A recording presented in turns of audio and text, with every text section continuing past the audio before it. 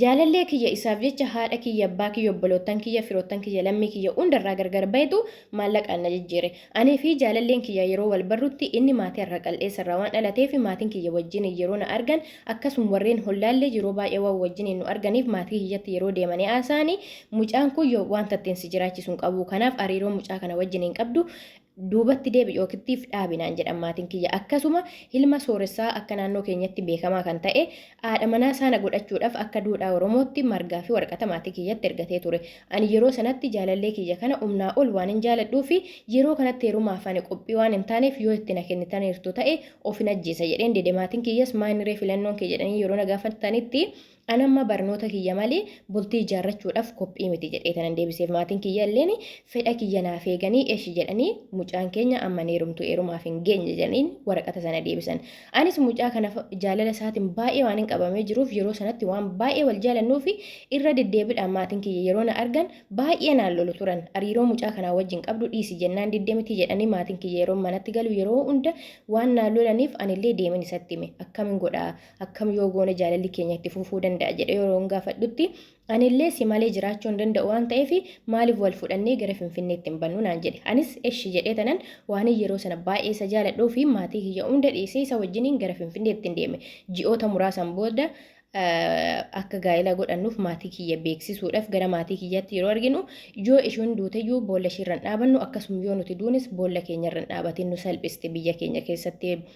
ulfinaan isa dhufe dhiiste dhiira namaa faana badde jedhanii maatiin kiyya didan yeroo hammaa kana garuu mucaa jaalalleen kiyya kuni kan na caala qabeenya qabdu kan na caala maallaqa qabdu jireenya gaarii qabdu wanta argatee fi maallaqaan na jijjiiree jira osoo isin ta'e akkam gootu yaada keessan koomentii jalatti naaf kaa'aa jettee ati seenaa kun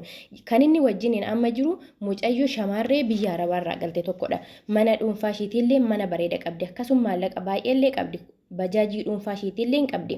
yeroo hunda yeroo mucayyoo kana faana meseejii walii barreessan bilbila yeroo aasaa yeroon argetti maal sii taati mucayyoo kana faana maaliif irra deddeebiidhaan aasofta yoon jedhetti naman akka obboleetti kiyyatti dhimma biraati fi miti zim jennee wajjin haasofna naan jedha ture anis irra deddeebiidhaan waan haasa'aniif shakkiin keessa kiyyatti waan uumamee fi hariiroo mucayyoo kana faana qabdu yookittiif dhaabi yookittiif ana filadhu yookittiif ishii filadhu yeroon jedhuunitti sirumayyuu sin barbaadu bayinarraa jedhee ani yeroo ammaa kana bayee godaanan jiraachaa jira jireenya kiyyarraallee adda bayeen jira warshaan duraan keessa hojjedhurreeni wanta baay'ee sammuun kiyya na jeeqamee na dhukkubee sana waan hin tureef hojii sanarraallee na ari'atanii jiru amma hojiillee hin qabu jireenya namaa kamii gadi tanan jiraachaa jira osoo sin ta'e maal jettusti yaada keessan naaf qoodaa jettee ati seenaa kanaa jechuudha inna gamanumaan ana baay'ee na gaddisiise seenaan obboleettii kanaa maqaan ishiitii fi suuraan ishii akka ol ba'u hin barbaaddu anillee maqaa ishiillee ol baasuu hin barbaanne seenaa ishii suuraa ishiillee ol baasuu hin barbaanne maaliif seenaa kiyya kanarraa akka namoonni biraallee baratanii fi akkasuma yaada isaanii koomentiidhaan baruu waan hin barbaaduu fi naaf hojjedhu naan jettee obboleettiin keenya kun natti himatte jechuudha. Inna seenaan kun seenaa baay'ee nama gaddisiisudha. Ishiin isaaf jecha maatii ishiirrayyuu gargar baate. Inni gin maallaqaaf jecha ishii gatee gara ishii qabeenya qabduu deeme jechuudha. Wanta baay'ee nama gaddisiisudha.